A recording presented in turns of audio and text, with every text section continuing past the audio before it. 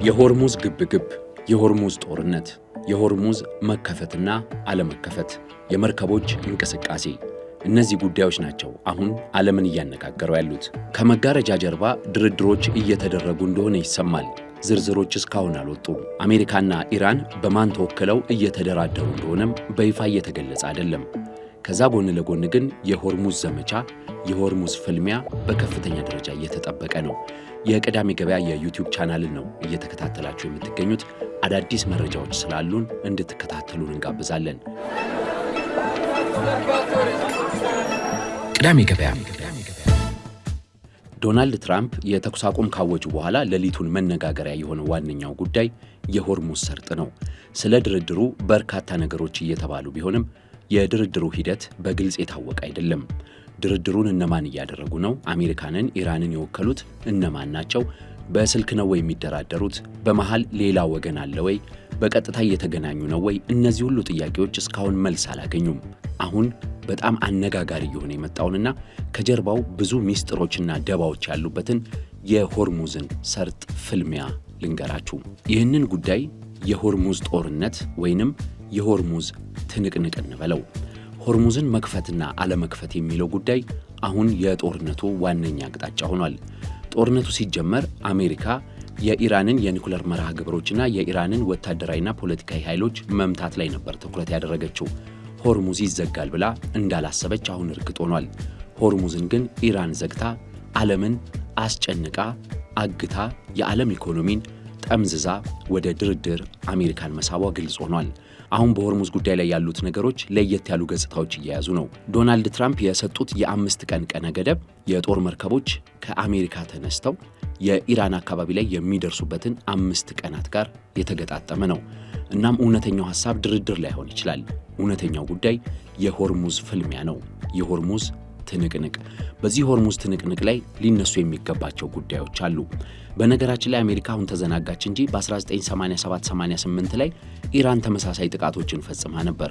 ወቅቱ ኢራንና ኢራቅ የ8 ዓመት ጦርነት የተዋጉበት ነው። በዛን ወቅት አሜሪካ የኩዌትን ደህንነት ለማስጠበቅ በሚል መርከብ ልካ የኢራንን ኃይሎች ስትከታተል ነበረ። የኢራንም ትንንሽ ጀልባዎች የአሜሪካ መርከቦችን አስጨንቀው ነበር።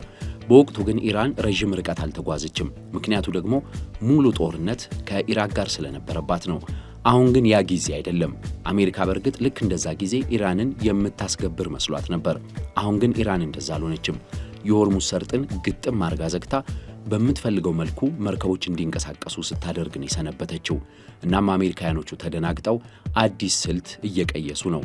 ይህንን አዲስ ስልት ተግባራዊ ለማድረግ ድርድር እንደ አማራጭ ያቀረቡት ለዛ ሊሆን ይችላል። የድርድሩ 5 ቀናት ሲጠናቀቁ የአሜሪካ መርከቦች ወደ ሆርሙዝ ተጠግተው የአሜሪካ ጦር በሚገባ ተዘጋጅቶ የሆርሙዝ ሰርጥን ሙሉ ለሙሉ ለመቆጣጠር ሙከራ ያደርጋል የሚሉ መረጃዎች እየወጡ ነው። አሜሪካ በ1980ዎቹና 90ዎቹ በርካታ የጦር መርከቦች ነበሯት። እነዚህ የጦር መርከቦች ደግሞ አነስተኛና ተዋጊ የጦር መርከቦች ነበሩ። አሁን ግን እነዛ ተመናምነዋል።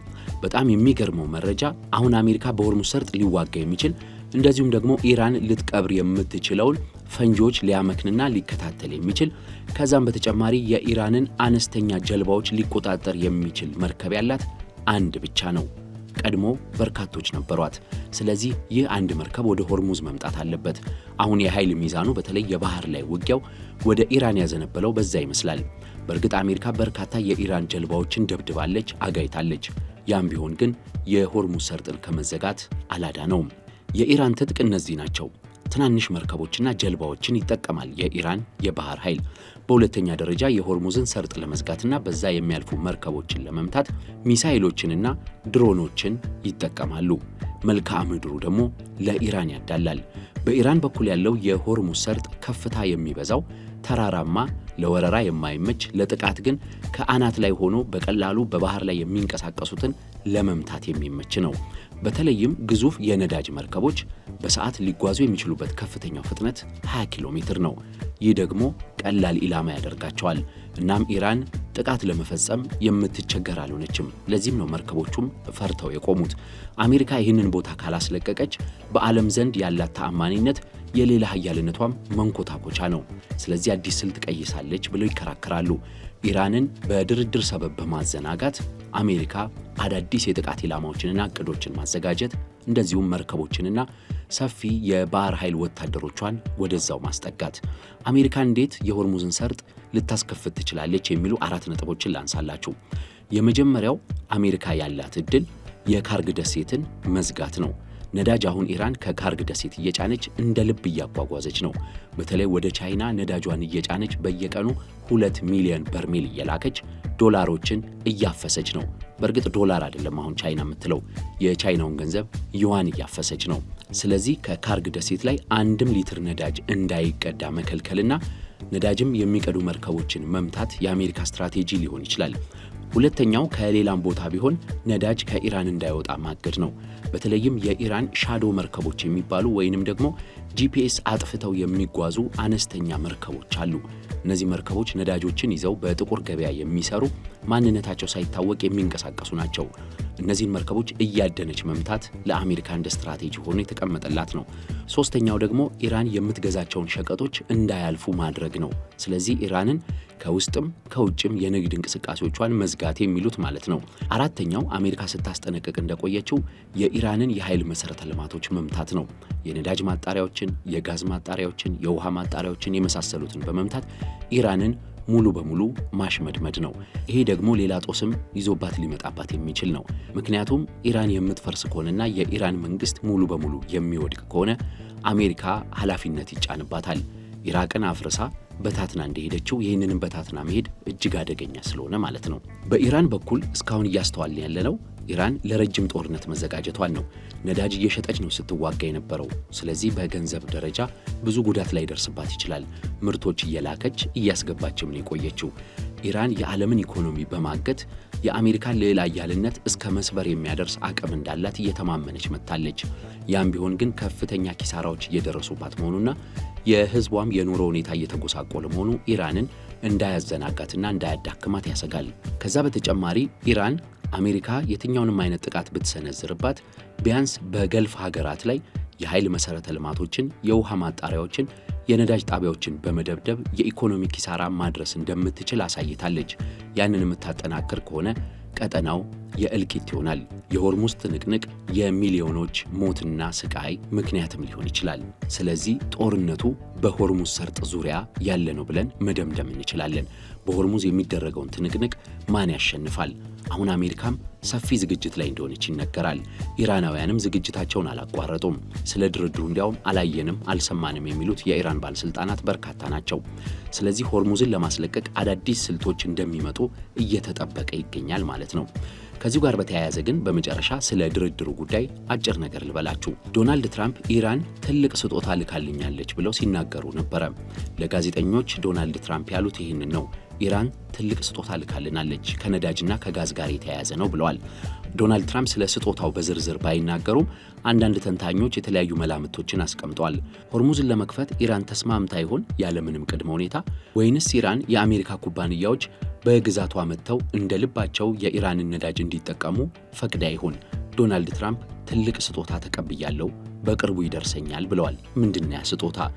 የድርድሩ ጉዳይ ምናልባት ኢራናውያንን እንዳያዘናጋ ያሰጋል። አንዳንድ መረጃዎችን ስመለከት የተወሰኑ ሚስጥራዊ ጉዳዮችን እያየው ነበረ። የኢራን ባለስልጣናት በድርድሩ ዙሪያ የተወሰነ መከፋፈል እያሳዩ ነው። አንዳንዶች ድርድር የሚባል ነገር የለም፣ ያጠቃችን አሜሪካ፣ ያጠቃችን እስራኤል ስለሆነች ወደ ነበሩበት ይመለሱ የሚል አቋም ያላቸው ባለስልጣናት አሉ። እናም ስለ ድርድር ማውራት የለብንም፣ እጃቸውን ይሰብስቡ ብቻ የሚሉ አሉ። ሌሎቹ ደግሞ በኢራን እየደረሰ ያለው ጉዳት ቀላል አይደለም፣ የወደሙትን በርካታ መሰረተ ልማቶችና የኃይል ተቋማት እንኳን መልሰው እንዲያንሰራሩ ለማድረግ ዓመታት ይፈጃል፣ የህዝብ እንግልትም ይባባሳል። ስለዚህ እንደራደር የሚሉም አሉ። ሁለቱም ወገኖች የድርድሩ ሁኔታ በሀገር ውስጥ ያላቸውን ተቀባይነት እንዳያሳጣ ይሰጋሉ። በዛው ልክ ደግሞ የኢራናውያንን እንግልት ማስቆም ስለሚፈልጉ የትኛው ቡድን ያሸንፋል የሚለው ወሳኝ ነው። አሜሪካ አሁን አንድ እየተጠቀመች ያለችው ስትራቴጂ በድርድር ሰበብ የኢራን ባለስልጣናትን መከፋፈል ነው። እውን የኢራን ባለስልጣናት ይከፋፈላሉ ወይንስ እስካሁኑ እንደቆዩት ጸንተው ይቆማሉ? የሆርሙዝን ሰርጥ የማስጠበቅ ትንቅንቁን በእጃቸው ያለ ስለሆነ ምን ያህል ይወጡታል? እስካሁን ሆርሙዝ በኢራን ቁጥጥር ስር መሆኑ ታይቷል። ድርድር ተብሎ እንኳን ኢራን የፈቀደችው መርከብ ብቻ ነው እያለፈ የሚገኘው። አሜሪካ እያሴረች ያለችው ምንድን ነው? 5 ቀን ብላ ጊዜ ለመግዛት የምታደርገው ጥረት ምን እንዲያመጣላት እየጠበቀች ነው? መርከቦቿስ የት ደረሱ? የእስራኤልስ ዝምታ ከጀርባው ምን ያዘለ ነው? የኢራን ባለስልጣናት አሁን እየተነጋገሩ ነው፣ እየተወያዩ ነው። ምን እናደርጋለን የሚለውን ጉዳይ እያጤኑ ነው። ፓኪስታን አደራዳሪ ሆና ብቅ ብላ በሁለቱም ወገኖች ተአማኒነት አግኝታለች። እስካሁን በቀጥታ የተገናኙ የአሜሪካና የኢራን ባለስልጣናት የሉም። በፓኪስታን በኩል ነው እየተደዋወሉ የሚገኙት። ድርድሩ ምን ሊያመጣ ይችላል? ወይንስ ድርድሩ ጊዜ መግዣ መሆኑን ኢራናውያን ተገንዝበው ለማይቀረው የሆርሙዝ ትንቅንቅ እየተዘጋጁ ይሆናል? ያደመጣችሁት የቅዳሜ ገበያ ትንታኔያችንን ነው። ቻናላችንን ሰብስክራይብ አድርጉ፣ የደወል ምልክቱን በመጫን አዳዲስ መረጃዎችን ሁሌም ይከታተሉ። ቅዳሜ ገበያ